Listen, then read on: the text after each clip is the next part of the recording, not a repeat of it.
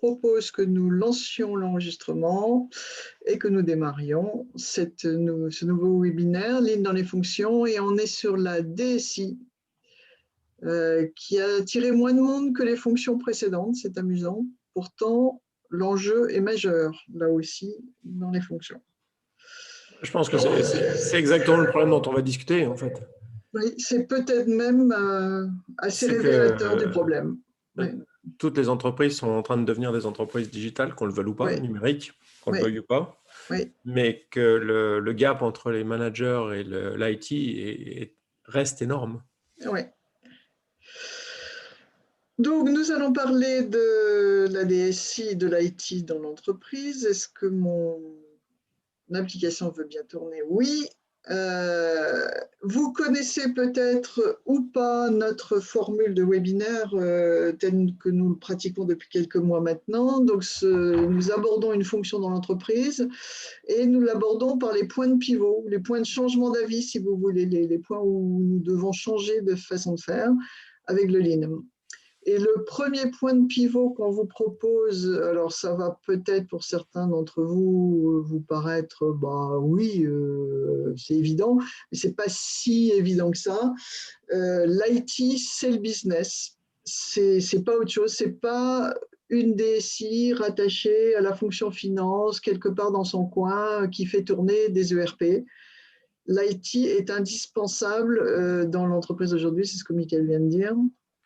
Moi, ce que j'ai surtout vu, c'est, je me souviens la première fois que j'ai fait une analyse de process, on avait mis dans une pièce, on avait mis du papier brun sur le mur, et puis on avait collé tous les formulaires de la boîte pour essayer de comprendre ce qu'était le process. Donc là, on est en début des années 90 et le process est largement encore papier. Oui. Et alors, c'est incompréhensible parce qu'évidemment, il y a des formulaires dans tous sens. Mais on ferait cet exercice maintenant, il n'aurait plus aucun sens parce que chacun de ces process aurait été remplacé par un système IT. Ouais. Il serait sans doute encore plus complexe et incompréhensible d'ailleurs. Avec tous les problèmes que ça peut poser d'interface. Ce qui est clair, c'est que l'IT est devenu le business. Ouais. Alors, on vous le décline d'ailleurs sous 3 formes parce qu'il y a 3 enjeux en quelque sorte autour de ça. Non seulement l'IT est indispensable au fonctionnement de l'entreprise elle-même, dans tous les services et les process qui traversent l'entreprise, mais en plus, le challenge, c'est qu'on a de plus en plus d'IT dans les produits qu'on propose aux clients.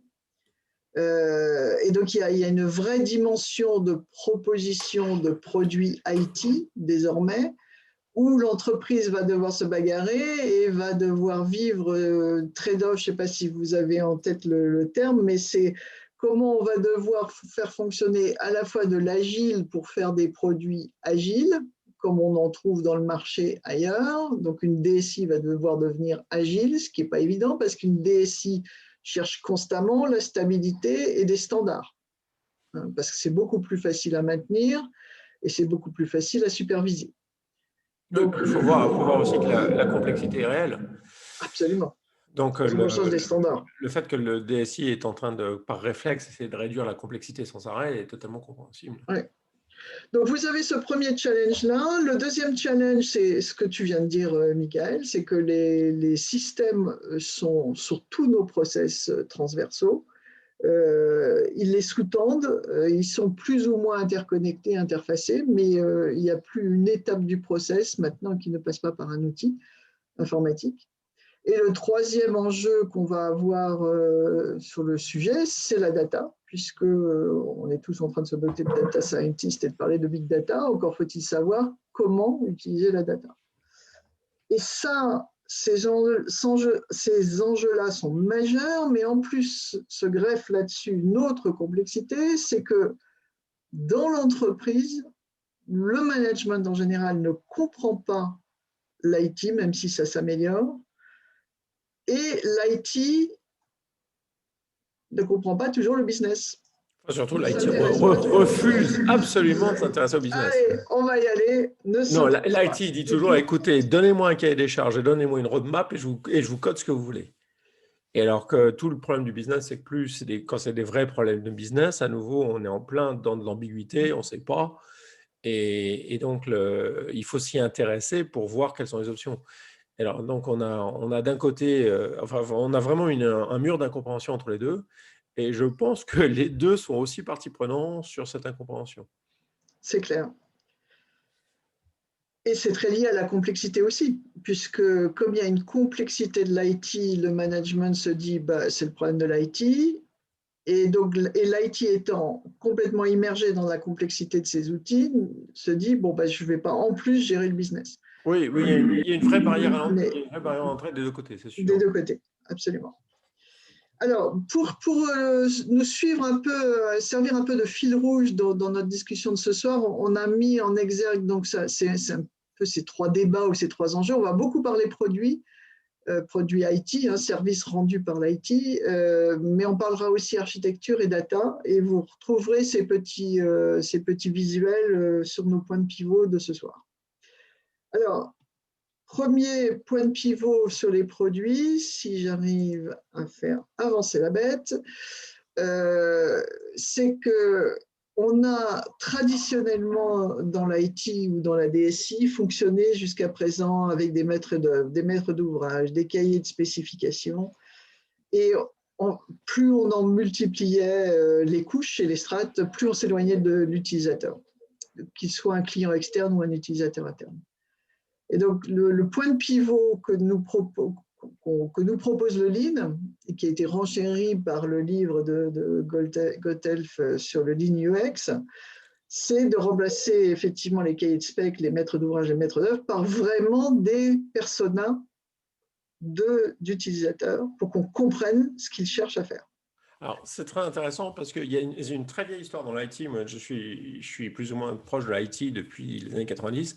Et il y a un serpent de mer, c'est d'inclure les utilisateurs dans les projets. Et ça, c'est comme en conception Lean, c'est ce qu'on veut surtout pas faire. C'est-à-dire qu'on veut surtout pas avoir l'avis des gens quand on fait de la conception produit parce qu'ils vous racontent n'importe quoi. Par contre, ce qu'on veut faire, c'est préciser les hypothèses qu'on fait sur leur mode d'utilisation. Donc, c'est dans le sens du Genshin Iemutsu. L'intérêt de faire des personas et surtout de faire des use cases, c'est de mettre noir sur blanc ce qu'on pense qu'ils font de façon à pouvoir le tester. Ouais. C'est d'ailleurs, on retombe ici sur des concepts, on est en plein Lean Engineering. Hein, On est en plein Lean Engineering. Oui, ceux qui nous ont suivis au moment du webinaire sur les bureaux d'études et l'ingénierie de produits, on est exactement dans la même approche. C'est-à-dire d'essayer de comprendre sur quoi les gens butent pour paramétrer ou organiser ou développer ou faire du code en fonction. Alors, pour être plus précis, c'est de comprendre nos misconceptions sur notre compréhension. C'est-à-dire l'intérêt des personas, c'est pas tant de, ça va pas nous éclairer sur les gens eux-mêmes parce que ça on n'en sait rien, mais ça nous permet de les mettre noir sur blanc, de les tester et de découvrir ce qu'on n'avait pas compris sur leur façon de. En fait, quand tu vois le truc, Catherine, c'est le système et le mur entre la personne et ce qu'elle essaie de faire. Oui. Il regarde, ça me rend fou à chaque fois que je dois prendre un billet sur Oui SNCF. Oui.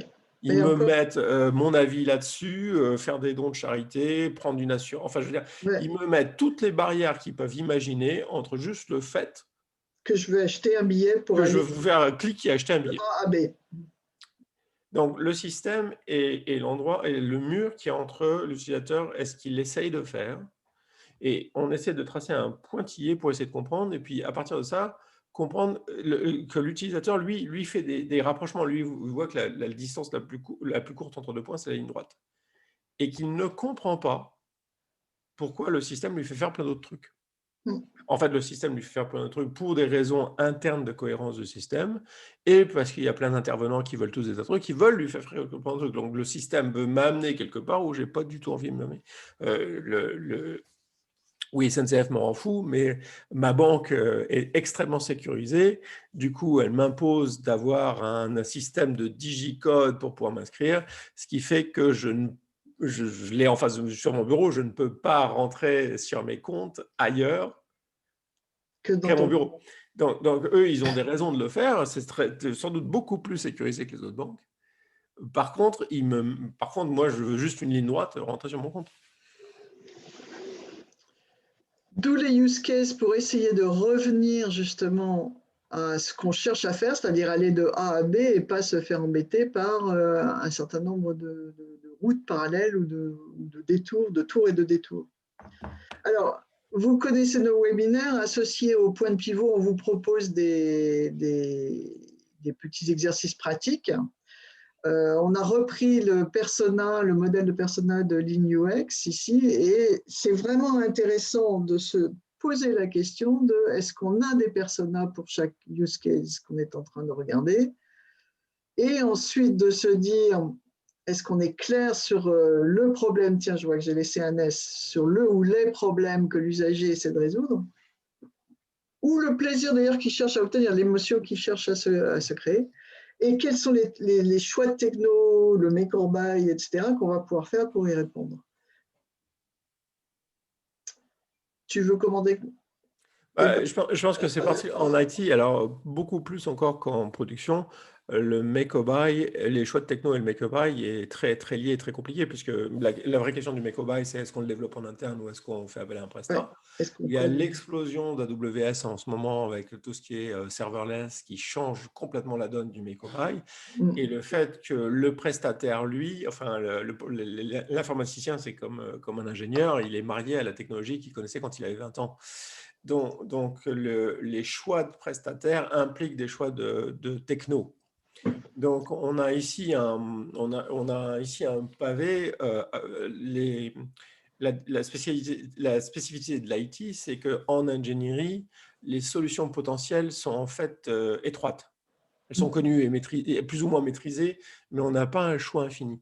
Tandis que la complexité de l'IT, c'est qu'en fait, non seulement on a un choix qui est très grand, mais en plus, on a un choix qui est très évolutif. Chaque année, il y a de nouvelles possibilités.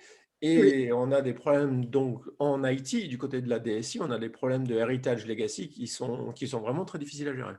Et qui sont permanents, mais qui se permanents. remettent en cause. Oui, c'est structurel, oui.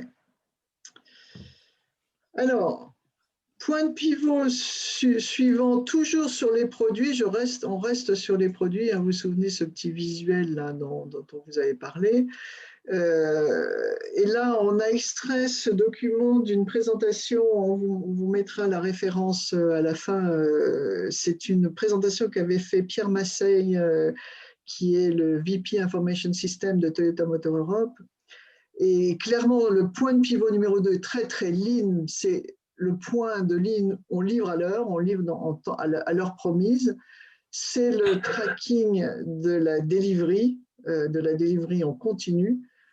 Non pas sous format Kanban, agile, backlog, etc. Vous voyez, j'ai remis un sprint backlog en bas assez classique. On a des features à développer, on vient les récupérer dans les to-do pour les mettre dans le in progress, etc.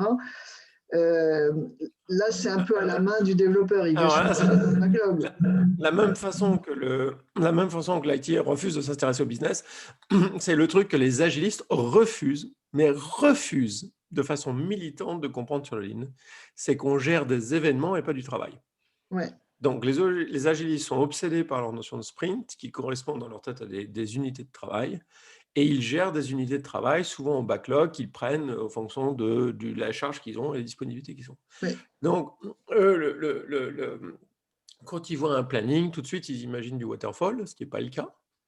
C'est aussi découpé, mais c'est le fait que c'est le truc très, très lean, c'est qu'il y a un PDP. Enfin, je veux dire, il y a un plan de production. Et ce n'est pas un plan de production, c'est un plan de construction de la valeur.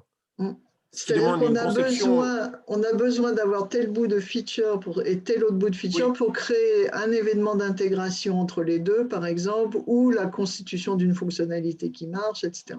Et l'autre truc aussi, c'est que la seule façon de livrer à l'heure, c'est d'avoir des revues régulières, juste de savoir, de point de contrôle, est-ce qu'on va livrer à l'heure ou pas, et qu'est-ce qu'on fait. Ce qui n'est pas visible du tout dans le backlog. Vous voyez bien la différence entre les deux tableaux.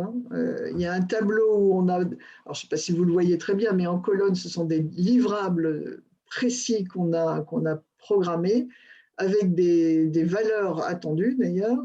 Et donc, vous voyez qu'on programme exactement comme sur un tableau de lissage, pour ceux qui sont familiers avec des tableaux de lissage, on programme l'arrivée de ces livrables de façon très précise. Alors qu'ici, on vient juste piquer dans un backlog, mais on ne s'engage pas sur la durée, le temps et la mise à disposition en même temps qu'un autre éléments pour faire un événement d'intégration. Donc ça, moi, je me souviens de batailles épiques avec le mec qui a écrit le bouquin Kanban, je ne sais plus comment ils appellent ça, là, David Anderson. C'est un truc que l'agile refuse absolument de comprendre et qui distingue effectivement, à chaque fois qu'on a des débats sans fin, qu'est-ce qui est agile et qu'est-ce qui est lean, bah, déjà, il y a un premier truc, c'est ça. C'est est-ce qu'on livre à l'heure ce sur quoi on s'est engagé? Est-ce qu'on livre la valeur à l'heure? Est-ce qu'on a un planning de construction de la valeur?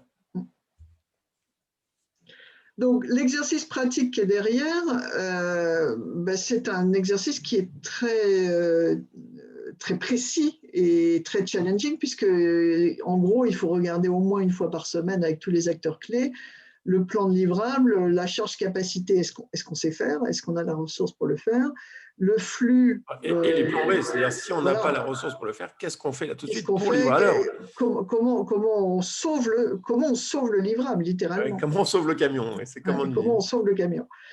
Et je vous ai mis à droite dans mon expérience, même sur des livrables SAP, hein, j'ai travaillé pendant des années à l'informatique de Forcia, qui à l'époque mettait en place une plateforme SAP mondiale avec des déploiements dans une centaine d'usines sur le monde entier, et avec la même plateforme, bien sûr. Et on avait réussi à l'époque à faire des livrables, des releases, non pas une fois par mois ou une fois par trimestre, mais toutes les semaines, on s'engageait à livrer une nouvelle feature avec de la valeur, hein, correspondant à une demande d'utilisateur. Et vous voyez qu'on tenait cette release hebdomadaire, et ça engage vraiment tout le monde, parce qu'il faut non seulement développer, paramétrer, tester, mais il faut aussi pouvoir mettre en prod. Donc, vous impliquez les gens des opérations, vous impliquez les gens de la supervision. Et donc, c'est un vrai travail de plan de production.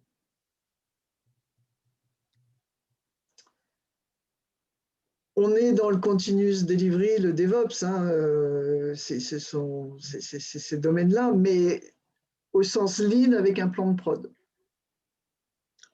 Avec surtout un plan de ce que tu disais, un plan de rattrapage du camion, c'est un plan de rattrapage de la non-delivery. Ouais, c'est pas je constate que je vais dans le mur, c'est comment je sauve chaque semaine. Ouais, c'est ça. Sans rescheduler en plus. Alors, je prends le même, je suis toujours dans les produits, je prends le même tableau, parce que le même tableau sert à une deuxième chose, c'est que non seulement on livre à l'heure, mais on livre bon. C'est le deuxième truc que l'agile ne veut pas regarder, c'est le fait qu'on livre sans bug. Ouais. Et pareil, c'est une grosse bagarre avec les agilistes, parce qu'ils sont déjà bien contents quand ils livrent, puisque tout leur modèle de cœur, c'est le burn down chart. On ne l'a pas mis là, mais c'est le fait qu'il faut abattre du boulot, abattre du boulot, abattre du boulot. Et oui, mais enfin, il faut surtout livrer sans bug. Alors, c'est même, Toyota va même plus loin, puisque non seulement, bien sûr, il vérifie que ce n'est pas buggé, que c'est propre, etc., mais il vérifie qu'il récupère bien le bénéfice attendu pour chaque livrable. Oui, et que ça n'a pas d'impact sur l'ensemble du système. C'est-à-dire qu'on revient au use, bien sûr, l'intégration. Ce qui est très impressionnant, moi je trouve, dans ce que Pierre fait, c'est le regression testing, qu'on s'assure bien. Ouais. Qu'on n'est pas en train de cracher un autre truc. Le regression testing pour ne pas mettre en danger le reste.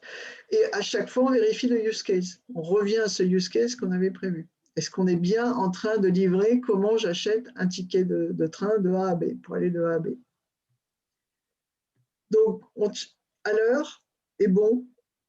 L'exercice pratique qu'on peut avoir, enfin qu'on doit avoir derrière, pour pouvoir livrer de la qualité, et ça c'est quelque chose qui est pénible, dur, pas marrant, et donc on n'a pas envie de le faire, mais c'est de venir voir comment on teste, sur quoi on teste, est-ce qu'ils ont eu lieu ces tests, quels sont les résultats de ces tests.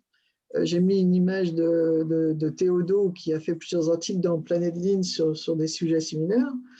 C'est vrai pour les tests unitaires ou les tests d'intégration, de régression, etc. C'est vrai aussi pour l'audit complet du projet. Pierre Masset m'avait montré une fiche d'audit, c'est-à-dire que pour un projet donné, on explicite la valeur attendue, le use case, et à la fin, on vient rendre des comptes sur est-ce que oui ou non, j'ai eu le use case, les business benefits, les coûts, est-ce que j'ai livré à l'heure, etc. Donc, il y a un vrai travail de fond, d'audit, sur la qualité de ce qu'on livre. Alors, le point suivant, on est toujours dans les produits, on est sur le geste maintenant. Je pense même qu'on est entre produits et architecture, on est sur le geste technique. Le point de pivot vraiment important pour la DSI, c'est de se poser la question de sur quoi je dois investir de la compétence. Et de la compétence, c'est-à-dire de la maîtrise d'un standard précis sur le geste. On a illustré ça avec je ne sais pas si vous êtes familier avec le mandat des API de Jeff Bezos, qu'il avait lancé à une époque, en forçant toutes ses équipes. Alors, il avait eu une intuition qui est que si je maîtrise les interfaces en interne, ça veut dire que je saurais les utiliser pour ouvrir mes plateformes en externe, donc ouvrir des plateformes que je peux interconnecter avec d'autres systèmes, d'autres applis, d'autres entités légales, etc., des vendeurs sur Amazon Seller. Donc, plus je maîtrise l'API, plus je peux en vendre. C'est intéressant parce qu'on avait rencontré avec Marc Onetto, qui a fait un webinaire il n'y a pas longtemps au LEI, qui est le gars qui a construit toute la logistique d'Amazon à la période de la grande expansion, et qui disait qu'il y avait une réunion à laquelle Bezos se pointait, c'était les réunions API. Ouais. C'est-à-dire qu'il y avait des API informatiques, mais aussi des API de management. Et donc, il était très, très sérieux sur ce qu'il est en train de dire là. Ouais. Et c'est rigolo parce qu'il y a un article qui est sorti, là je n'ai pas mis la date de cet article des Échos, mais il y a une vraie problématique aujourd'hui dans les banques, c'est qu'on sollicite de plus en plus les banques pour qu'elles s'interfacent avec des applis modernes, et c'est valable pour les banques, mais c'est valable pour n'importe quel métier. C'est qu'on a de plus en plus d'API qui viennent pomper des données business to consumer, des B2C ou des B2B. Et pour ça, il faut maîtriser les API totalement. Et les banques se retrouvent dans une situation où c'est chaud quand vous avez un vieil ERP, un vieux système et qu'il faut l'interfacer avec une API moderne et que vous avez en face de vous des sociétés concurrentes qui sont pas loin d'être des hackers de business. Alors, les API, c'est les Interface Application. Oh mince. Ah, j'ai oublié, tiens, c'est un terme que j'utilise. Si quelqu'un a l'info, c'est l'interface. Performance Interface. Application Programming Interface. Oui, Application Programming Interface. C'est-à-dire, l'API, Julie, c'est le bout de code qui permet à des systèmes de communiquer entre eux. Donc, la maîtrise, en fait, en informatique, comme partout, là où ça plante, en général, c'est à l'interconnexion. Un système en tant que tel, il fonctionne bien, mais dès que je dois échanger avec un autre système, c'est là que j'ai le risque de ne pas être bon, que les données ne se parlent pas, que ça plante, que ça ne se transmette pas, etc. Donc, le fait que Bezos ait vu très tôt, oui, très tôt. Il a compris le problème très tôt. De la maîtrise des API. Et des API de management aussi. Parce que c'est pareil en management. C'est ce qu'on fait, Julie, c'est ce qu'on fait avec les OBA en fait. Ouais. Un A3 est une API de management. Oui, un A3, c'est un format standardisé qui permet à différents départements de se coder ensemble. Absolument. Et chez Amazon, ils n'ont pas des A3, mais ils ont des briefs. Ils appellent ça des briefs, qui sont des narratifs, qui sont pas comme, c'est pas la forme de rapport, mais pareil, ils ne discutent pas avant d'être passés par un écrit.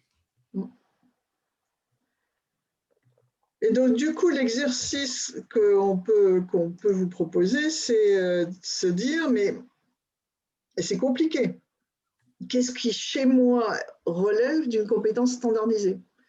Qu'est-ce qu'il faut absolument qu'on maîtrise ? Alors, on a mis un exemple ici parce qu'il en faut, c'est un exemple de paramétrage de commande d'achat, de GUI, laissez tomber si vous ne connaissez pas les termes SAP, on s'en fiche.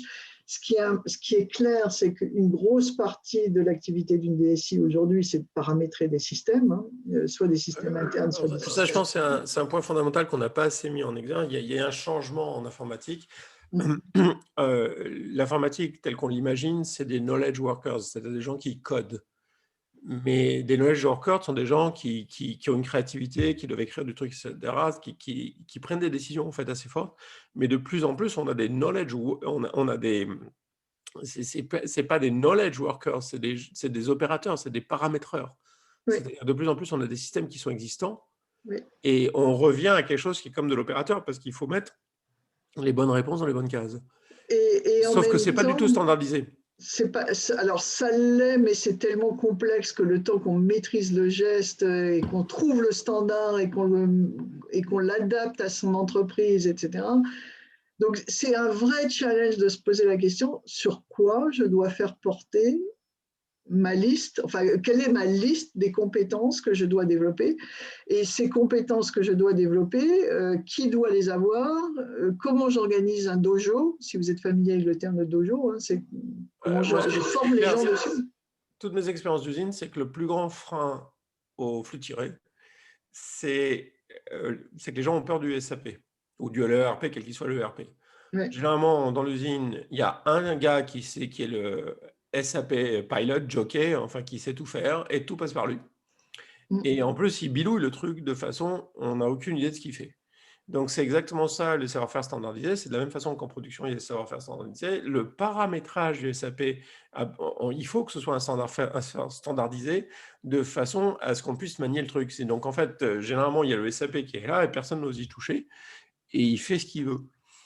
Et donc, ça, c'est vraiment un des trucs dont on a très, très peu parlé, mais pour moi, qui est un des points bloquants à chaque fois qu'on essaie de mettre en place un flux tiré, on se rend compte que les gars, ils ne veulent pas y aller, mais parce qu'il y a un truc qui leur fait peur, hein, et dont ils ne vont jamais te parler. Et ce qui leur fait peur, c'est qu'ils sont obligés de travailler avec le CP parce que la maison mère, parce que les clients, parce que les fournisseurs, etc. Ouais. Il n'y a pas d'autre façon de faire, mais que personne ne le maîtrise. Ouais.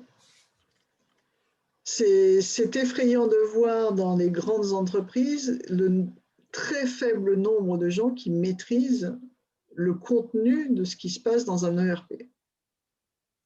Ça fait peur. Hein. Et c'est pour ça que cette question-là de maîtriser, de lister les compétences qu'on doit avoir, c'est vraiment une question importante. Je suis allée un peu vite. Attendez, je reviens en arrière. Ouh là là, excusez-moi, je reviens ici. C'est vraiment important de maîtriser ça. Alors, le point de pivot, on passe des produits à l'architecture. Le point de pivot supplémentaire, c'est que… Catherine, on a perdu ta présentation. Ah, je ne suis pas en train de partager, pardon. Excusez-moi. Je reviens en arrière. Vous me donnez 2 secondes le temps que je remette la main sur la barre de tâches. Voilà, je l'ai. J'avais oublié que j'avais arrêté le partage. Le point de pivot suivant, on sort un peu des produits, on rentre dans l'architecture elle-même. C'est aussi de comprendre quel service on rend, avec quel système et quelle technologie. On a mis quelques exemples ici. Peut-être que certains d'entre vous qui sont familiers avec la matrice QFD reconnaîtront le format. C'est un très bon format. Vous savez que la matrice QFD, elle est utilisée pour des produits, justement. Là, nous, on a mis les services rendus dans une matrice QFD classique. Vous mettriez les attentes clients, par exemple. Quand j'achète des croissants le matin à la boulangerie, je veux qu'ils soient pleins de beurre et qu'ils soient chauds et qu'ils aient été fabriqués le matin.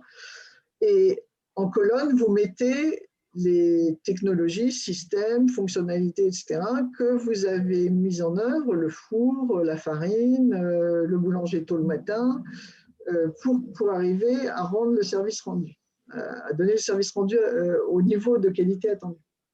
Alors, là, ici, c'est la même chose. Il faut comprendre qu'on est en face d'un des trucs fondamentaux du Lean. Si on refait le TPS, donc il y a la satisfaction client qui repose sur le juste à temps et le JDOKA, qui repose sur la satisfaction des employés avec le lissage de la charge de travail, les standards et les Kaizen, qui repose sur la première fondation, qui sont essentiellement les 5S, le problem solving et la TPM. La TPM, c'est dans l'usine, mais en fait, si on applique ça au niveau de l'entreprise, maintenant, la TPM, c'est tous les systèmes qui sont enablers. C'est-à-dire qu'en fait, que pour quelqu'un puisse bosser n'importe où dans l'entreprise, il faut que le système délivre le service et qu'il n'y ait pas d'outage, qu'il le fasse facilement, etc. C'est vraiment l'équivalent de la TPM. Donc, TPM, Total Productive Maintenance. Total Productive Maintenance. Donc, on a, dans notre vision du Lean, à nouveau, on a le même problème. Souvent, on fait partie à vrai dire, il y a 3 camps. Il y a les gens qui s'intéressent au business, les gens qui s'intéressent à l'IT, et les gens qui s'intéressent au Lean, qui refusent de s'intéresser au business et à l'IT. Mais c'est nous qui sommes en flag, parce qu'une des évolutions qui est absolument nécessaire dans le Lean, c'est de comprendre que cette couche fondamentale les fondations même du système, maintenant, inclut les systèmes IT. Et c'est ce qu'on est en train de voir là. C'est-à-dire qu'on a absolument besoin de comprendre la TPM. Là, maintenant, c'est la disponibilité et la facilité d'utilisation des systèmes, de la même façon qu'on a besoin de comprendre les machines d'usinage et les presses. Alors là, le tableau qu'on vous montre, il est fait de façon très macro. C'est pas très utile à ce stade aussi macro, mais ça pourrait être beaucoup plus intéressant de se poser la question des services rendus, par exemple dans une usine, et de venir mettre en exergue le manufacturing system, l'outil de traçabilité, la gestion des temps pour la paye, etc. Et de rentrer vraiment dans le détail de qu'est-ce qui se passe si l'un des deux déconne. Voilà. Si j'ai plus d'EDI, comment je passe mes commandes à mes fournisseurs? Ce qui est déjà très intéressant, c'est de faire la matrice que Catherine a faite, de faire l'exercice pour se rendre compte de ce qui se passe. Et on va se rendre compte déjà qu'on a beaucoup de mal à exprimer l'IT en termes de service. Et après, de comprendre. Et alors, une matrice QFD, après aussi, le truc qu'on fait, c'est on fait le chapeau pour voir où est-ce que ces systèmes interfacent. Oui. Parce que le tout est souvent très, très intégré. Oui, avec des API mal définis, donc avec des problèmes d'interface. Absolument, vous pouvez prolonger les têtes de colonne pour voir comment le CRM impacte ou pas le DI ou le CAD impacte le time management, ce n'est pas le cas. Mais voilà. Par exemple, le CAD et le MRP, si on n'a pas une nomenclature quelque part, si on n'a pas une BOM quelque part Très bonne remarque, le PDM, j'aurais dû mettre j'ai pas vu qu'il manque une petite boule noire là. Oui, parce que si on n'a pas une BOM qui est solide… Si je n'ai pas la BOM, c'est le PDM qui donne la BOM au MRP. Hein, c'est le PDM qui donne la BOM. Ouais. Donc, et souvent d'ailleurs, ils ne sont pas interconnectés ces outils-là parce que ce n'est pas les mêmes systèmes et donc du coup on recopie les BOM et donc on n'a jamais la BOM à jour. Un des trucs que Toyota a fait très tôt, c'est de standardiser leur nomenclature de BOM. C'est-à-dire que les gens chez Toyota savent lire un chiffre de BOM parce que c'est comme les numéros de sécurité sociale, en lisant le numéro, on sait à quel type de pièce ça correspond. Absolument. Tout le monde est familier avec les termes qu'on utilise. La CRM, c'est Customer Relation Management. Le CAD, c'est toute la conception assistée par ordinateur. Le Product Data Management. Time Management, c'est indispensable dans l'usine pour gérer toutes les heures sup, les présences, les primes particulières, etc. Traçabilité, c'est pour toute la qualité, hein, tracer… oui, et puis tu n'as pas mis le reporting financier là aussi. Il y a toute la partie… Je ne pouvais pas tout mettre, il y en a des tonnes. Il y en a des tonnes et des tonnes. Ouais. Je n'ai mis qu'un tout petit morceau juste pour vous donner une idée de ce à quoi ça pourrait ressembler. Et donc, du coup, l'exercice pratique derrière, c'est de se dire, si j'en ai un qui plante ou si je suis en train de faire un changement sur un de mes systèmes, comment j'impacte les autres? Ou si tout d'un coup, et moi ça m'est arrivé dans mon expérience informatique, c'est un système qui était anecdotique dans un coin à un moment, tout d'un coup on le branche sur le reporting des grands chefs parce qu'il contient une donnée qui les intéresse, et c'est un système qui n'est pas du tout adapté à la demande et à la sollicitation qu'on lui demande maintenant, et surtout à l'urgence de la data qui est demandée à J+2 le mois suivant.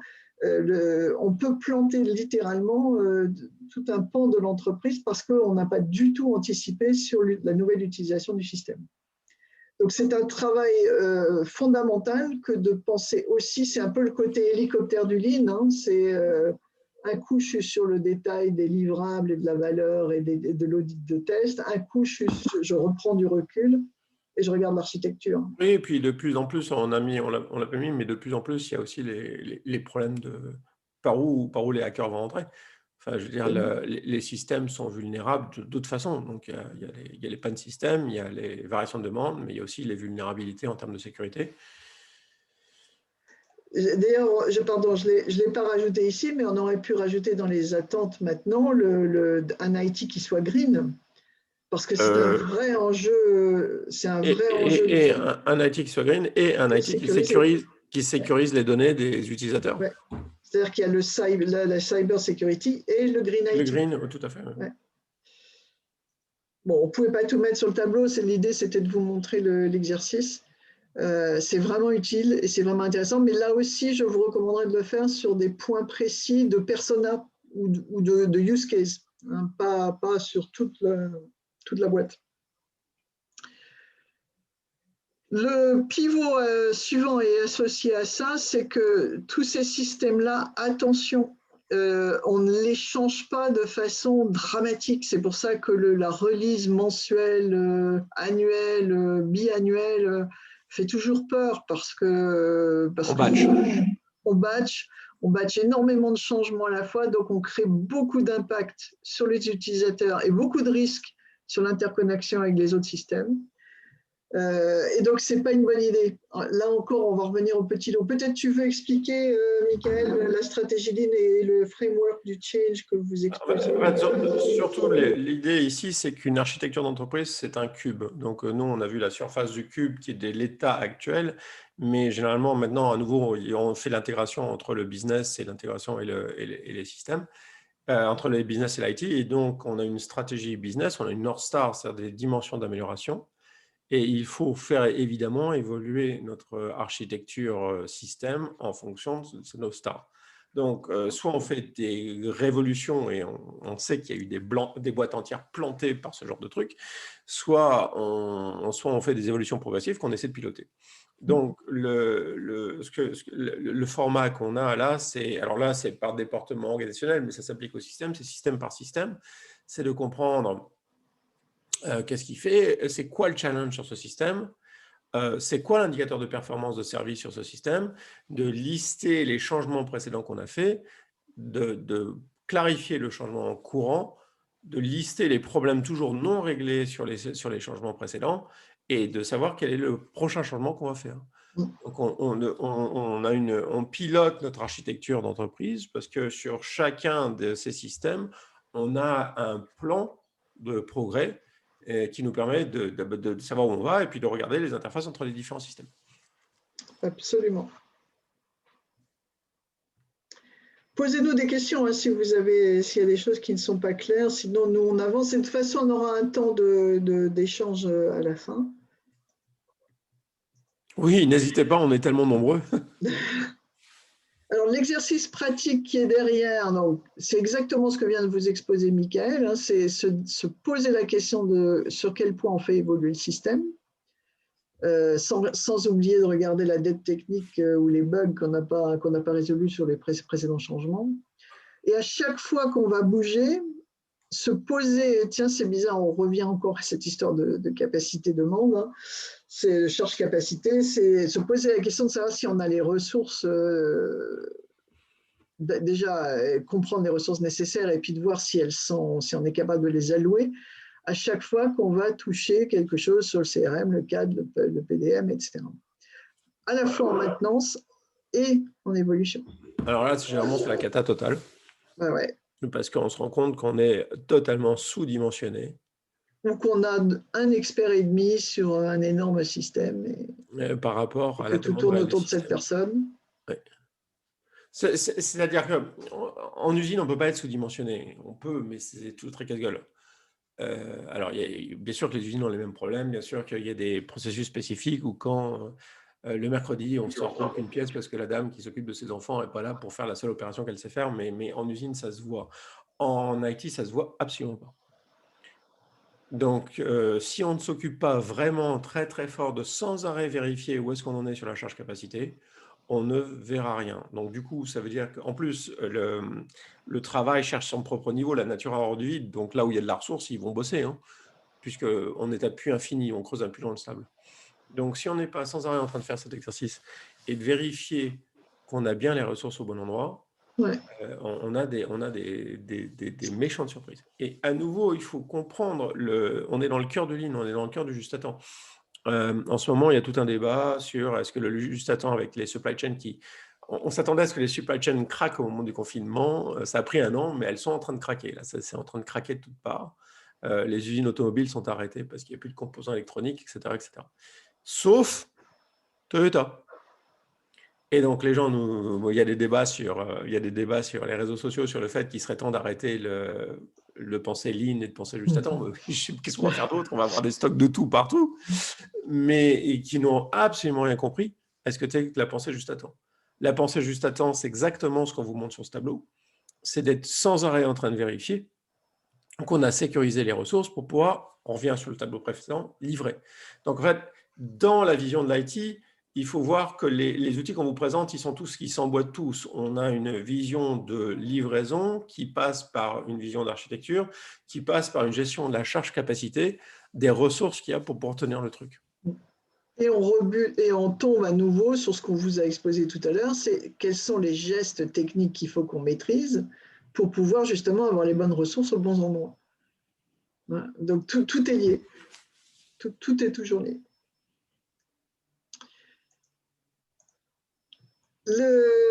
On passe à la data. Attends, juste un truc là. Dites-nous. Pardon, excusez-moi. Là, vous n'êtes pas nombreux, donc n'hésitez pas à intervenir si on vous a paumé, si on est en train d'enfoncer les portes ouvertes. C'est pas des sujets qu'on aborde tous les jours, donc c'est intéressant d'avoir votre point de vue. Non, c'est clair. Alors, on a vu produit, architecture, et on a vu qu'en fait, c'est très lié, puisque le produit est un morceau ou une feature de l'architecture, mais c'est cette histoire d'hélicoptère. Je vais sur le produit, je remonte à l'architecture, je retourne sur le produit, et derrière, j'ai charge capa, plan de production, petit lot, etc. On passe maintenant à la data, parce que la data est aussi un enjeu majeur pour la DSI. Pendant longtemps, on a fait de la data à la demande, c'est-à-dire qu'on a fait du reporting, fondamentalement, on a extrait des données pour analyser ceci ou cela. Tu te souviens quand on était à Forestia et qu'on avait tenté un reporting ban, un reporting freeze? C'était l'idée qu'on avait eue, c'était de dire, écoutez, si vous voulez un nouveau reporting, il faut en enlever un autre. Ouais, c'était le 5S sur le reporting, je me souviens. On voulait faire un reporting freeze. Et alors, ça avait mis les grands chefs dans... Et on s'était rendu compte que la panique, c'était quand je suis middle manager, il faut absolument que j'ai toutes les données au cas où mon chef me pose une question. Voilà. Quelqu'un là-haut me pose une question auquel il faut que je sache répondre. Tu te souviens, non? On avait eu un retour. Le reporting est très lié au fait que le savoir, c'est le pouvoir. Donc, oui. J'ai le stock de données, donc j'ai le pouvoir. Donc, et c'est très compliqué d'y renoncer. Effectivement, ce qui se passe là où on commence à avoir des... Alors, il se passe deux choses sur la data. D'abord, les entreprises, maintenant, comme il y a des systèmes partout, sont bourrées de data. Votre frigidaire, il a de la data. Il y a de la data partout. Mais par contre, cette data est complètement fragmentée et on ne sait absolument pas quoi en faire. Donc, il y a un premier sujet, c'est de comprendre que si un utilisateur ou un employé est à un point, on a de l'information partout, mais on n'a pas les API pour la récupérer. Donc, d'abord, de la data, il y en a partout, mais on ne sait pas comment faire. Ah ça, les data, il y en a. Ouais. Les data, il y en a dans tout. Deuxième truc qui se passe, c'est qu'en fait, traditionnellement, le management qui ne comprend rien à l'IT s'intéresse à la data dans la mesure où on pose des questions à la data et la data nous répond. Donc, c'est data as a service, c'est-à-dire que je veux savoir ci, je veux savoir ça, je veux avoir un reporting sur ci, etc. Je veux avoir un Pareto des types de défauts. Et alors, de plus en plus, effectivement, on parle de data-driven decisions, c'est-à-dire qu'ils prennent des décisions sur des data, mais il y a des biais terribles de qu'est-ce qu'on demande à la data. Donc, j'ai regardé récemment un webinaire du MIT sur le data-driven decision, ils avaient le même problème que moi. C'est les gars disaient, oui, mais attends, la data va te répondre ce que tu lui demandes. Et la question, c'est, qu'est-ce que tu lui demandes? Et donc l'énorme opportunité qu'il y a vers qu'on bascule, c'est de comprendre qu'une fois qu'on structure la demande à la data, on se sert de la data pour avoir du pilotage continu. Mais ça demande une clarté de vision très, très forte. Donc, par exemple, j'étais en train de penser dans une usine, on essaie de la flexibilité. Il y a de la data en real-time sur la productivité et il n'y a rien sur la flexibilité ou sur les temps de non-production. Et c'est une bagarre terrible avec l'IT de dire, écoutez, vous pouvez me mettre un deuxième écran quand même qui m'affiche ça. Et c'est terrible parce que mais ils disent, mais on va vous faire du reporting, on va vous faire des rapports. Et on dit, non, je ne veux pas des rapports. Je veux la data online. Je veux la data online tout le temps pour pouvoir prendre des décisions au quotidien, pas pour prendre pas pour faire des grandes décisions une fois tous les 6 mois. Donc là, dans nos entreprises, on est complètement à la rue. Et on a une opportunité incroyable. Et à nouveau, c'est très, très lié au Lean parce que le Lean a une vision par rapport aux autres démarches. Le Lean a une vision beaucoup plus claire depuis longtemps de quel type de data, sécurité. On revient à l'escalier dont on discutait dans un des webinaires précédents. Sur les achats, oui. C'est-à-dire, on commence par les datas de sécurité, les datas de qualité, les datas de lead time, les datas de coût. Donc, on a une vision assez structurée des datas. Là, à gauche, là, d'ailleurs, c'est de la data sur du pilotage de machines qui sont en train de tourner pour vérifier où elles en sont. Donc, on peut piloter en continu pour savoir si la machine tourne, ne tourne pas, etc. En fait, on le faisait dans le temps. Moi, je me souviens d'avoir des grandes machines visuellement avec des indicateurs qui disaient la presse, elle tourne, elle est arrêtée parce qu'il n'y a pas de production, elle est en panne ou elle est en changement. Donc, enfin, je veux dire, le Lean a une longue tradition de ça. Et puis, évidemment, maintenant, on peut se servir du digital. Absolument. Alors, la data, c'est pas simple. C'est vraiment... Tout le monde en parle. J'essaie de vous mettre un petit peu l'expérience, parce que la data, c'est d'abord énormément de terrain. Pourquoi c'est énormément de terrain? Genshi Genbutsu, je ne sais pas si vous êtes familier avec le terme, c'est vraiment aller se rendre compte sur le terrain par soi-même. Je vous ai mis ma propre expérience chez Forcia. On s'est rendu compte très, très tôt que la data, en fait, impactait la qualité de fonctionnement de l'usine. C'est-à-dire que si on ne maîtrise pas son flux de données, pas plus que son flux physique, bien sûr qu'il faut maîtriser son flux physique dans l'usine, mais comme une partie du flux est quand même liée au système informatique, il faut aussi pouvoir maîtriser son flux de données. Et les gens qui ne comprenaient pas l'impact que pouvait avoir une mauvaise nomenclature, par exemple, dans un système, tôt ou tard se mettaient à avoir plus de stock que les autres, fournissaient des mauvaises commandes aux fournisseurs, avaient des ruptures de composants, ne livraient pas les clients à temps, et tout ça s'enchaîne dans un espèce de cercle vicieux. Au point que chez Forcia, on a même commencé à repérer les usines qui étaient en danger parce qu'elles avaient de la mauvaise donnée, de la mauvaise qualité de données maîtres dans leur système. Et donc, une fois qu'on se rendait compte qu'une usine était en danger, on allait sur le terrain, parce que c'est la deuxième hypothèse. On se disait, mais pourquoi ils ont des stocks négatifs dans leur usine? Qu'est-ce qui se passe? Et on allait sur le terrain et on repérait chaque étape du process avec de la data digitale. En vert, là, vous voyez dans mon schéma à droite, vous voyez en vert ce qui était bon, et en rouge, les zones où ça déconnait et où il fallait travailler. Alors là, c'est fondamental. Il y a une citation d'Ono déjà qui à l'époque qui disait Data is essential, but it's not a fact. Donc en fait, il y a une attitude vis-à-vis de la data, c'est qu'on ne prend pas des décisions à partir de la data. La data est juste un signal qu'il faudrait aller sur le terrain pour voir. Ça nous permet de formuler des hypothèses, mais ces hypothèses, et après, il faut aller les confirmer, parce que si ça se trouve, c'est un artefact purement de la data et qui ne correspond pas à une réalité physique. Donc, en fait, il reste là dans Lean et IT, il faut comprendre sur l'utilisation de la data, c'est-à-dire la data nous donne des hypothèses. Ces hypothèses n'ont de valeur que si elles sont validées par une expérience directe d'aller voir par soi-même. Ça ne change rien, ça change pas. Non. Donc la data, attention, parce que shit in, shit out. Donc c'est bien d'avoir des data scientists, c'est bien de rêver à la prédictibilité, c'est bien de rêver à des data models, mais si on ne comprend pas ce qui se passe dans le RP, si on ne comprend pas la transformation de la data et l'impact de la mauvaise qualité de la data, on va extraire de la merdouille, si je puis me permettre. Donc il y a beaucoup de terrain associé à la data. Contrairement à ce et la qualité des données est un truc qu'on ne regarde jamais assez, parce qu'en fait, non. Moi, à chaque fois que je regarde un stock, Ça tue, hein. il y a des trucs dedans. À chaque fois qu'on met les mains dessus, on découvre des trucs qui ne sont pas justes. Hein. Ouais.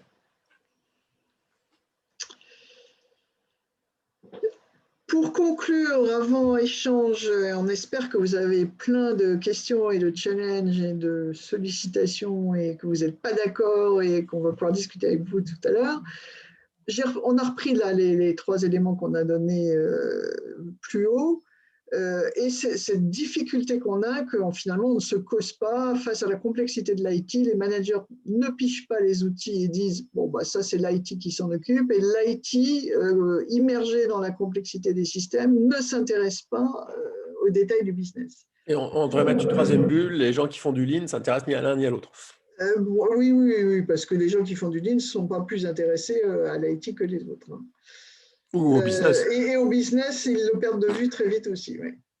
Donc, l'exercice pratique ici que recommande Pierre Massin et que j'ai moi aussi expérimenté chez Forcia avec succès, c'est un exercice qui consiste à aller se brancher sur le chicanerie de la boîte. C'est essayer de comprendre ce que le business cherche à faire, ce qu'il vit, ce qu'ils essaient d'améliorer, quels sont dans leur propre système les points à point qu'ils cherchent à faire, et définir en fonction de ça, est-ce qu'on va, nous, à l'informatique, le traiter en management quotidien, par exemple une meilleure supervision, un travail sur la qualité des données, etc. Ou si on va le traiter comme un point de rupture, c'est-à-dire un changement dans notre propre système, un changement de point à point dans un de nos systèmes informatiques, parce que ça ne va pas et qu'il faut aider le business. Donc, il y a tout le cycle du Hoshinkanri de Toyota. J'ai extrait ça de sa présentation One Piece Flow. Et je vous ai mis à côté des photos de Forcia où on allait vraiment sur le terrain dans l'usine, on faisait des tours d'usine avec les informaticiens pour essayer de comprendre ce qu'ils cherchaient à faire, sur quoi ils butaient, ce qu'ils voulaient améliorer et comment on pouvait les aider. Donc, moi, j'ai vraiment vécu une époque chez Forcia, à la direction informatique de Forcia, où on est passé d'une informatique d'infrastructure qui fournissait du WAN, du réseau et des applis, à une informatique de partenariat business. Est-ce qu'on a été bon partout tout le temps? Je ne sais pas le dire, mais on a été bien meilleur qu'avant, ça c'est sûr, parce qu'on est allé beaucoup plus sur le terrain.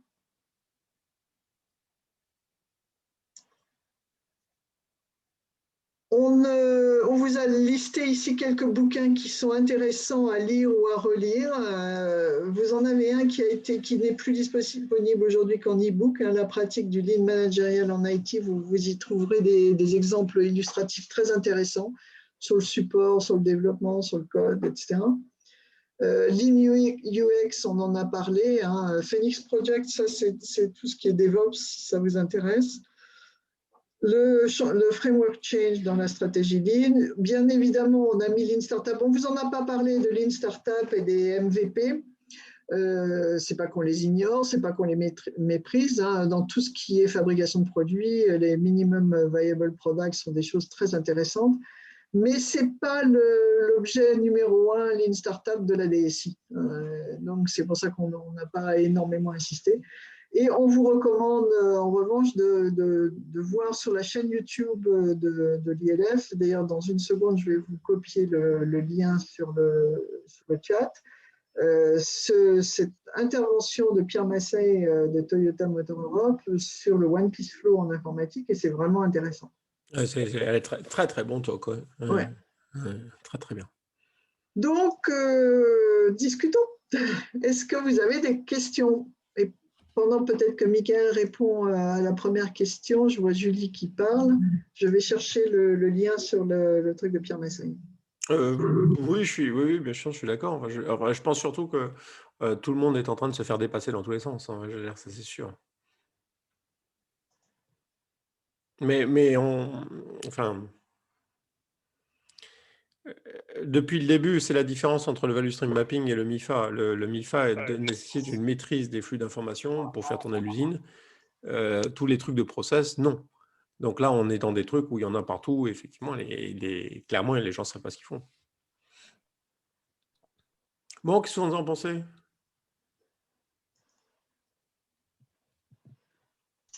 Alors, quelles sont les tendances, bonnes pratiques sur l'évolution des organisations et des compétences dans les DSI? Je dois dire, aucune idée.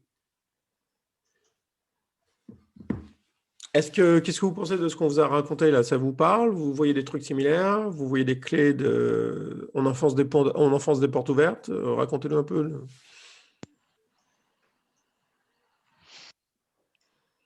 Ouais, c'est Elodie qui parle. Dans beaucoup. Enfin, moi, je travaille sur des boîtes qui sont. Enfin, je suis pas dans des startups, quoi. Et on est juste sur les premiers points de pivot, c'est-à-dire livrer à l'heure, se rapprocher du client. Enfin, on est au b.a-ba du truc et la data, etc. Ils en sont à 1000 km. Alors peut-être que quelque part, il y a quelqu'un qui y pense, mais ils en sont pas encore là. Ce qui est intéressant, tu joues avec une boîte comme des boîtes que je connais de l'intérieur, une boîte comme Aramis, c'est intéressant parce que les boîtes nouvelles sont structurées, enfin, je veux dire, autour de leur IT, ça c'est sûr. Donc, les boîtes traditionnelles, on met de l'IT dans des boîtes traditionnelles et les boîtes nouvelles, elles sont structurées autour de l'IT. Et donc, il y a une vraie rupture de ce point de vue.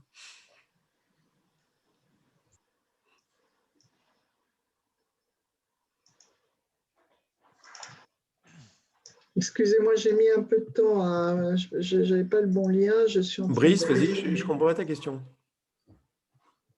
Ma question, c'est par exemple, pour les différentes fonctions qu'on a vues, la CAO, le MRP, le plan de production, est-ce qu'on peut se permettre de prendre un outil chez un fabricant, puis un outil chez un autre fabricant?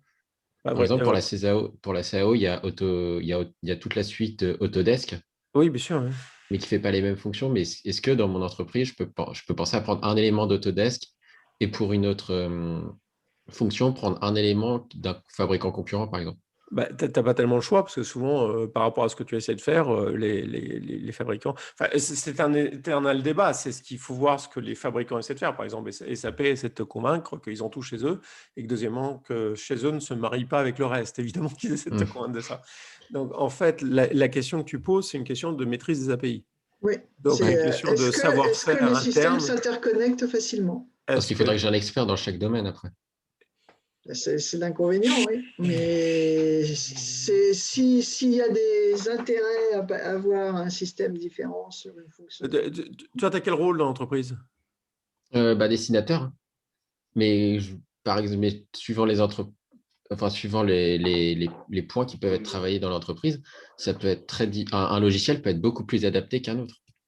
Oui, mais en fait, le vrai truc surtout, c'est pour la plupart des gens qui ont du métier, enfin, comme nous qui ne sont pas des métiers informatiques, c'est qu'il faut ouvrir le capot et mettre son nez dans les outils informatiques. C'est ça la difficulté. Et il y a une barrière à l'entrée. Okay. C'est-à-dire que tout le débat qu'on a, et je reviens sur le truc du TPS, c'est qu'il y a ce bloc TPM qui est déjà on avait, enfin déjà c'était une bagarre terrible pour se mettre le nez dans les machines, d'accord? Puisque tout le monde préfère se servir de la machine sans comprendre comment elle marche. Mais en plus, on a maintenant ce problème nouveau, c'est qu'il faut se mettre dans les systèmes IT. Et déjà, les machines, c'est pas simple, mais alors les systèmes IT, c'est opaque. Par contre, ça c'est rigolo. Hein. Mais je pense que, Brice, dans ce que tu dis, le problème est le même partout. Il n'y a pas une solution, si tu veux. Ça dépend. Pour le coup, on vient en ligne et il faut regarder au cas d'espèce, quoi. Oui. Et par contre, ce que tu es en train de dire aussi, c'est qu'il y a des trade-offs. On voit bien qu'il y a une trade-off curve, il y a une trade-off quelque part entre aller chercher un intervenant, un logiciel différent, un intervenant supplémentaire, et ne pas avoir la fonctionnalité que tu veux. Ouais. Et tu imagines bien de quel côté le lean penche, évidemment. Oui. Le lean penche dans comment est-ce qu'on optimise le trade-off, pas tellement d'avoir forcément la valeur à chaque fois. C'était la conclusion d'ailleurs de la présentation de Pierre Massé. C'est nous, on ne fait pas que de l'agile, on fait encore du waterfall sur certains aspects. On prend les aspects d'agile qui nous intéressent parce qu'ils sont, comme je l'ai vécu chez Vorsia, en permanence en train de jongler entre des standards qu'on maîtrise à faible coût parce que justement c'est des standards communs à tout le monde et qu'on supervise facilement et qu'on maintient facilement parce qu'il y en a 100 et c'est 100 fois le même. Versus avoir des trucs beaucoup plus adaptés, customisés, etc., dont on a aussi besoin, mais qui coûtent plus cher parce qu'ils sont justement customisés usine par usine ou pays par pays, etc. Il y a une particularité. comment on fait évoluer ce trade-off tout le temps. Il y a une particularité sur ce sujet-là, avec Catherine, sur le IT, c'est que la charge cognitive quand on change un standard n'importe où, il faut comprendre que pour l'opérateur, il y a une charge cognitive parce qu'il connaît l'ancien standard. Maintenant, on est en train de lui ramener un nouveau standard. C'est un peu, on est en train de mettre des bouquins sur l'étagère et il y a toujours le risque qu'il y ait un bouquin du bout qui tombe. Enfin, en tout cas, on charge la tête. Si on applique ça à l'IT, on voit que c'est exponentiel. C'est dingue. Oui, parce que ça change encore plus vite que le reste. Puisque comme les machines, la matérialité est quand même vachement… tu es en bas de la cuvette de potentiel, tu peux faire ce que tu veux avec une machine, mais tu peux faire ce que tu veux avec du code, ou presque. Et donc, on a un vrai souci.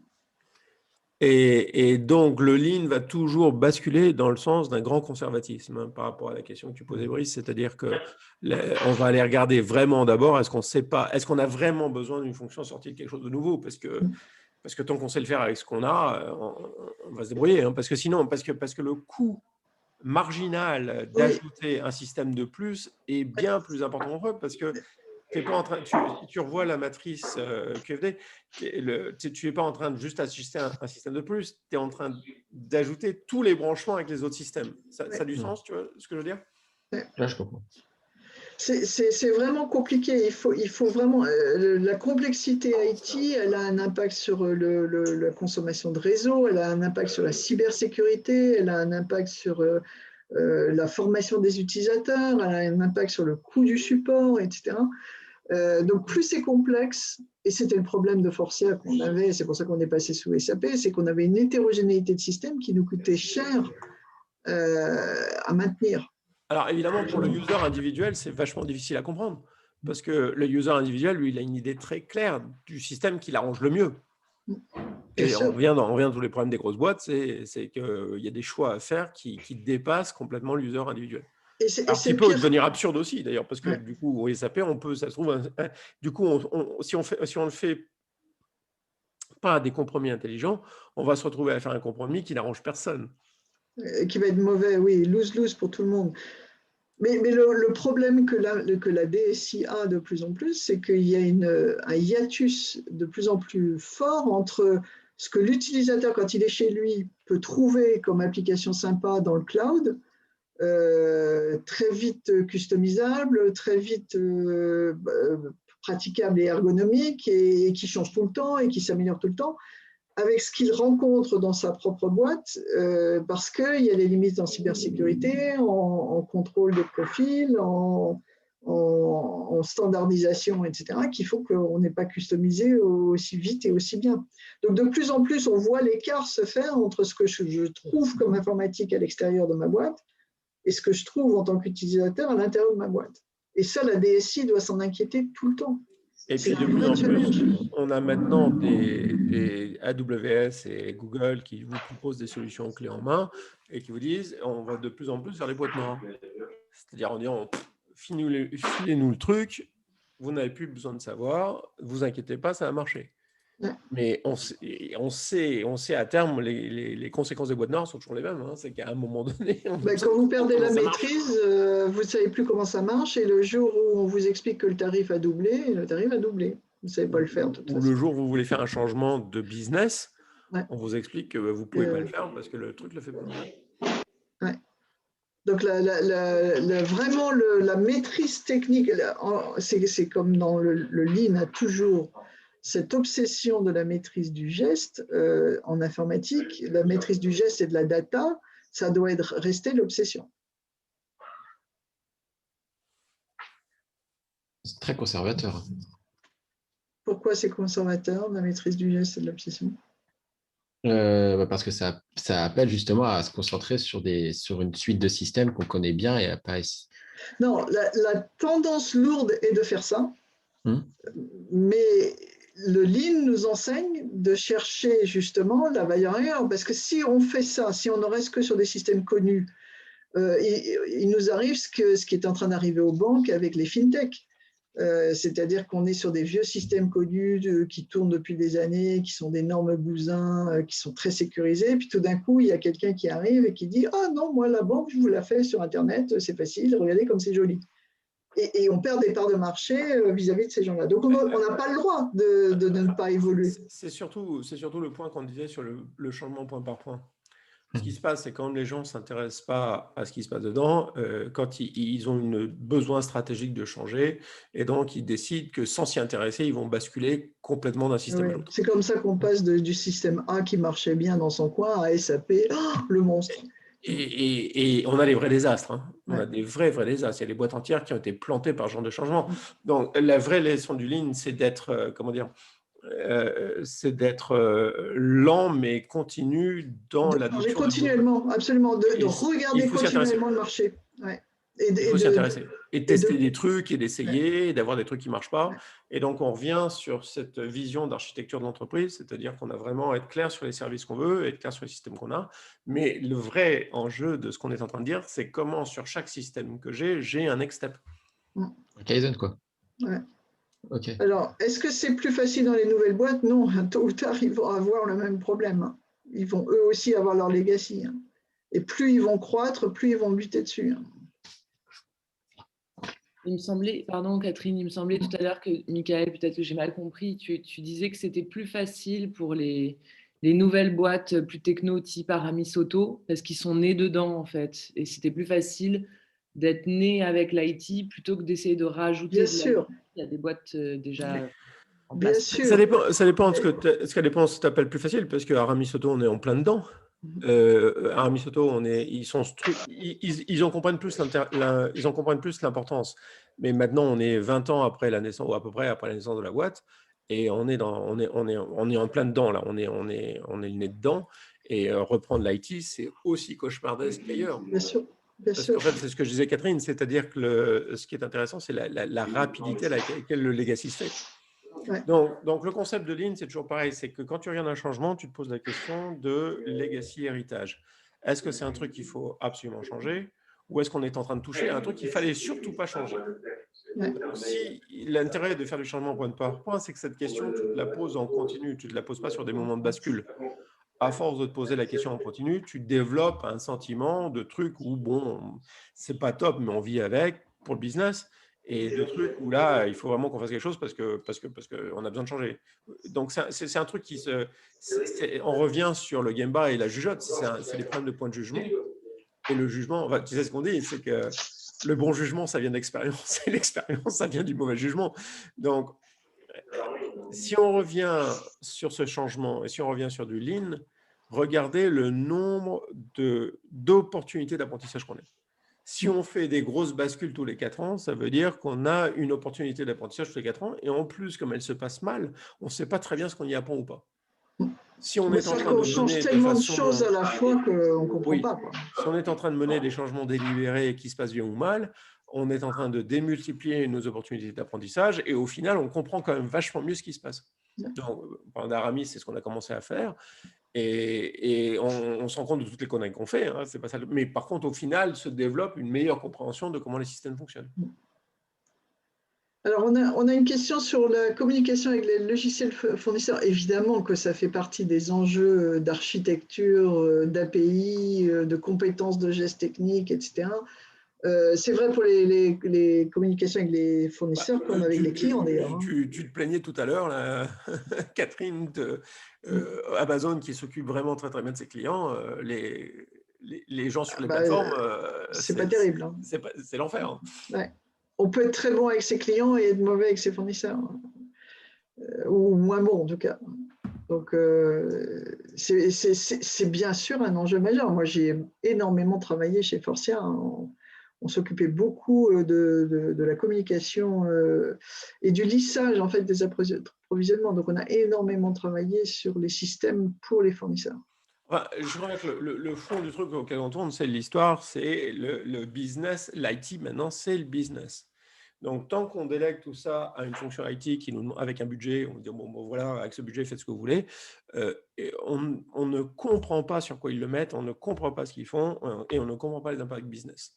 Donc, en fait, le vrai truc du Lean ici, c'est reprenez le MIFA en tête. Il y a toujours un MIFA. C'est-à-dire, il y a un flux de valeur, que ce soit du produit ou du service, qui passe par un flux d'informations. Et maintenant, le flux d'informations est extrêmement complexe et il est à l'IT. Donc, dans notre compréhension du business, l'IT est au cœur de notre compréhension du business. En fait, elle l'a toujours été. Alors, ce qui est intéressant chez Toyota, c'est qu'ils l'ont fait avant qu'il y avait de l'IT. Ils faisaient ça à la main, où ils notaient les trucs, les items, les machins, etc. Et donc, ils l'ont construit le système progressivement autour de ça. Mais elle l'a toujours été. Sauf que, comme tout ce qu'on fait, on les sépare. On les sépare pour des raisons budgétaires. On dit, tiens, toi, tu es le patron de l'IT, tu as ton budget, démerde-toi. Et puis après, je prends des décisions de business. Et ça nous met dans le mur à tous les coups. Arnaud, tu as un commentaire, tu peux nous préciser ce que tu veux dire? Plus difficile de voir les pertes avec des systèmes mal maîtrisés, obsolètes?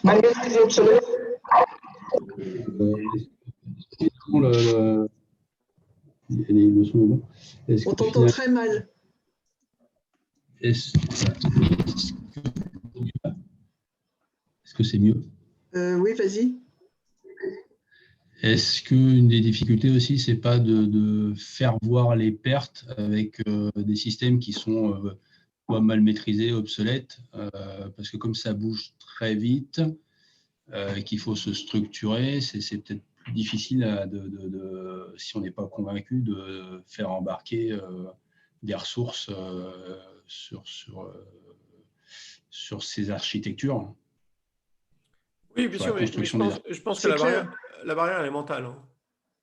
La barrière, c'est qu'à partir de 45 ans, quand on te dit il faut que tu te mettes le nez dedans, ça marche dans l'autre sens. Je me souviens je vais taquiner un peu Catherine, je me souviens, Catherine, quand on était en train de regarder des trucs qui étaient des trucs de système, quand je lui ai dit, écoute, il faut que tu ailles voir ce qui se passe dans l'usine. Tu te souviens, non? Au début, Catherine s'est mis à t'ordonner, et puis progressivement… Au début, je disais, ben non, je suis à IT ou je ne sais pas quoi, et j'y vais pas dans l'usine, c'est pas mon rôle. Moi, je m'occupe des facteurs fournisseurs. Qu'est-ce que tu veux? Voilà, on était en train de travailler ensemble. Dans les usines, je suis au compta, moi. C'était quoi, il y a 20 ans, non, Catherine? C'est ça. On était en train de travailler en compta sur le nombre de facteurs fournisseurs qui étaient bonnes du premier coup. Tu vois. Alors, on était en train de travailler sur ce micro-sujet, et je disais à Catherine, à chaque fois qu'on va en usine, il faut qu'on aille voir ce qui se passe dans l'usine. Et moi, j'allais dans l'usine uniquement pour voir les problèmes des factures, quoi. Et j'essayais pas de comprendre le système de l'usine. Et en fait, ça a été une révolution, ça a été mon point de pivot numéro 1. Oui, je me souviens encore du moment où tu étais « Ah oui, si, ça y est, je comprends. » Ben oui, bien sûr qu'il faut aller voir le business. Je regardais des interviews de managers de chez Toyota à Georgetown quand ils avaient les sensei sur la tronche, et il y a un type qui racontait que son sensei le met en face d'une machine. Donc il regarde en face de la machine et il lui dit « Look », il ne parlait pas anglais, il lui disait « Look ». Et l'autre lui répond « Look for what? Qu'est-ce que je suis censé regarder ?» Il le laisse là pendant 2 heures, il lui dit « Alors, what's he ?» Et on dit bah, look more. Et pareil, look for what? C'est-à-dire qu'en fait, il y a quelque chose dans la pratique du Lean, c'est que c'est le passage du moment où Catherine va voir des problèmes de facture dans l'usine et elle ne les voit pas, parce que qu'est-ce que tu veux, Oui, ils répondent juste aux questions qu'on a sur… Au moment où on comprend que juste de regarder sans avoir quelque chose en tête, mais pour comprendre comment ça marche, ça fait quelque chose dans la tête. Donc, on a exactement cette même barrière dans l'IT. C'est-à-dire qu'effectivement, look for what, quand on va voir un truc spécifique dans l'IT, on va voir oui, on va voir le switch, pourquoi il ne marche pas, ou le câble est débranché. En ce moment, avec Boris, fait… à force que je l'emmerde sur le fait que… Est-ce que vous avez le même problème que moi? Ça, c'est un bon test, là. Est-ce que quand vous êtes dans le TGV, le Wi-Fi décroche? Oui. Oui. Donc, Boris s'est mis sur le sujet. Et alors, quand on va tirer le fil de pourquoi est-ce que le Wi-Fi décroche, c'est d'une complexité sans fin, on n'en sait rien, on va dire. Mais par contre, du coup, quand on aussi, ce qu'il faut accepter, c'est, Arnaud, c'est que tu ouvres le capot et tu t'intéresses au système IT. Et c'est ce que Boris est en train de faire. Et la matrice, on parlait avec lui à la SNCF de la matrice là, des systèmes sur les services. La matrice, il dit, mais c'est infini, on n'en sait rien. Et en fait, personne n'en sait rien. Donc, il y a cette démarche ligne d'aller look more, c'est juste de regarder, mettre son nez dans l'IT pour comprendre la fameuse, le cube, l'architecture de l'entreprise. Et c'est une barrière cognitive, mais c'est une des clés de progression. Enfin, je veux dire, il n'y a pas d'espace du futur dans lequel on n'a pas besoin de comprendre comment sont traités nos flux de données. C'est à peu près l'équivalent de se dire on peut fabriquer des produits sans comprendre comment les machines fonctionnent. Bah non. Oui, mais non. On ne peut pas. On peut pas. On peut faire la. Quand j'entends dire qu'on va externaliser le support d'un système informatique, ça me fait peur parce que le support, en fait, c'est la dernière barrière, c'est les dernières personnes qui parlent aux utilisateurs, aux usagers du système. Et de se dire qu'on va aller les mettre à l'extérieur, ça veut dire que l'entreprise renonce à parler à ses usagers. Et donc renonce à comprendre les conneries qu'elle fait. Ouais. Donc on débranche la machine à apprendre, on la débranche. Ouais. Ouf de chez ouf. La maîtrise du geste technique et de la data, c'est clé. Et de surveiller le marché et le business, c'est clé. Donc le challenge pour la DSI, il est énorme. Il ne faut pas le louper. L'implication pour nous, là, c'est qu'en tant que fille et mec lean, déjà, c'est difficile de s'intéresser au business, mais maintenant, on ne peut plus ne pas s'intéresser aussi à l'IT. Ouais. Parce que de plus en plus, le business, l'IT, c'est le business et c'est indissociablement lié. D'autres questions? On a largement dépassé notre temps, donc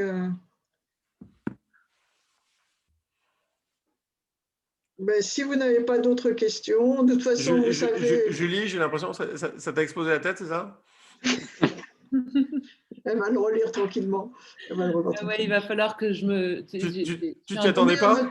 On est à votre disposition. Hein, si vous avez des questions après coup, vous pouvez toujours nous écrire à info@leanfrance.fr. Regardez le One Piece Law de Pierre Massin, c'est vraiment intéressant.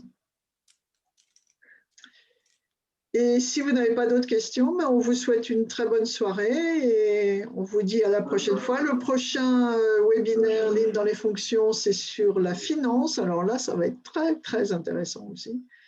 Et ça aura lieu le 1er juin, c'est déjà… Tu remarques qu'on peut prendre celui qu'on a fait sur les acheteurs et le mettre sur les financiers. Oui, mais on pourra parler de choses rigolotes comme le reporting et les budgets. Et les budgets, oui, ce sera très amusant. Et de la consolidation, Catherine. La consolidation, Frédéric, oui, absolument. Il y a beaucoup de sujets très amusants avec la finance. Allez, on vous souhaite une très bonne soirée. Merci à vous deux. Ciao, bonsoir. Merci. Merci à vous. Au revoir. Au revoir.